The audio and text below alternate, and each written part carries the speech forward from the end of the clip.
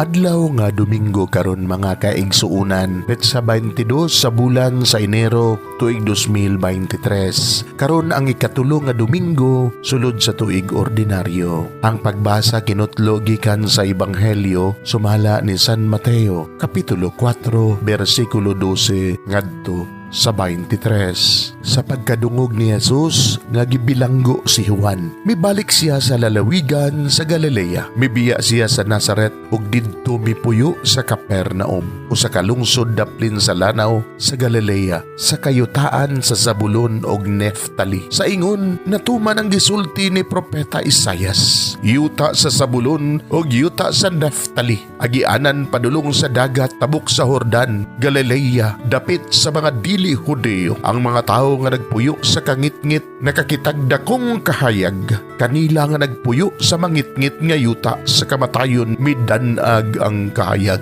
Sukad ni adto si Jesus misugod pagwali nga nag-ingon, "Inulsuli ang inyong mga sala kay hapit na maghari ang Dios."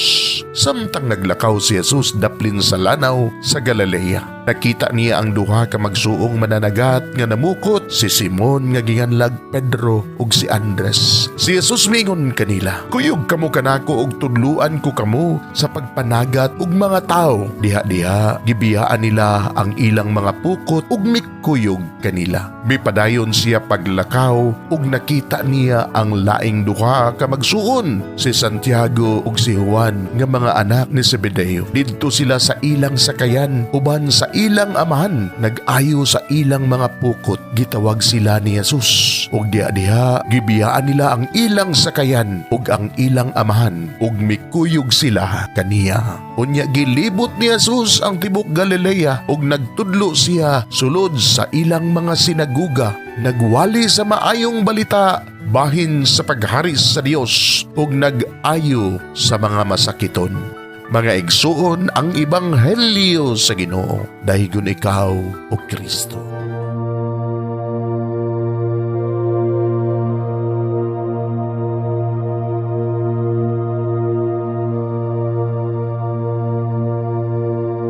Pagampo sa dili pa magsugod sa trabaho. Magampo kita sa ngalan samahan sa Anak ug sa Espiritu Santo. Amen. Langit no namong Amahan, sa among pagsulod nining trabahoan, among gidala ang imong presensya uban kanamo. Among gipamulong ang imong kalinaw, imong grasya, imong kaluoy, ug ang imong perpektong hanay sa among mga trabaho.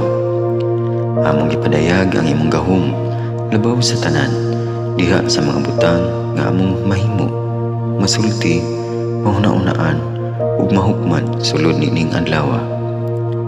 Ginoo, nagapasalamat kami sa gasa sa kinabuhi, niining bagong adlaw, niining kahigayunan nga kami nakasulod sa trabaho ug mamahimong parte niining nga grupo.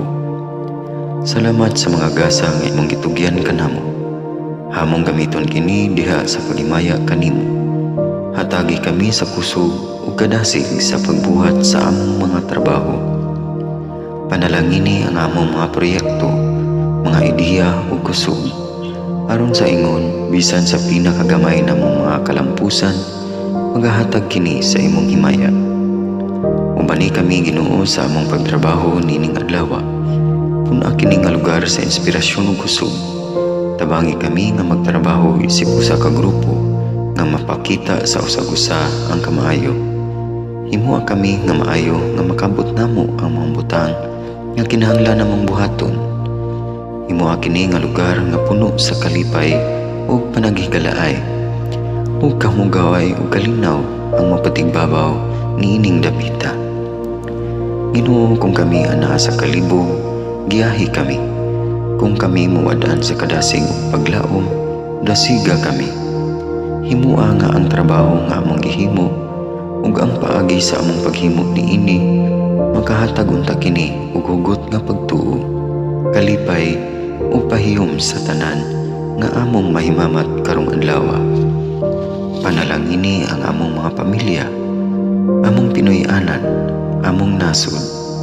Himua nga magmatidud-anon kami sa pagtagad ug pag-amuma sa kalikupan ug sa tanang may kinabuhi diha sa pagbuhat kanamo sa pagkabot sa imong pangandoy alang sa hustisya ug kagawasan.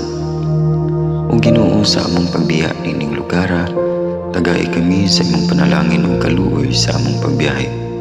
Panalangini ang among mga pamilya ug Pinoy-anan nga anaon ta sa mayong kahimtang sama sa among pagbiya kanila. Ginoo, salamat sa tanang butang nga imong nabuhat, sa tanang butang nga imong gibuhat, ug sa tanang butang nga imong buhaton pa. Sa ngalan ni Jesus, among giampo diha sa tumang pagigugma ug pagpasalamat. Amen. Sa ngalan sa Amahan, sa Anak, ug sa Espiritu Santo.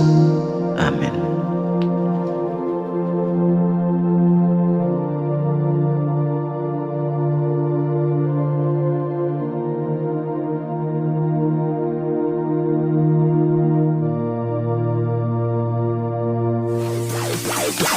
Live.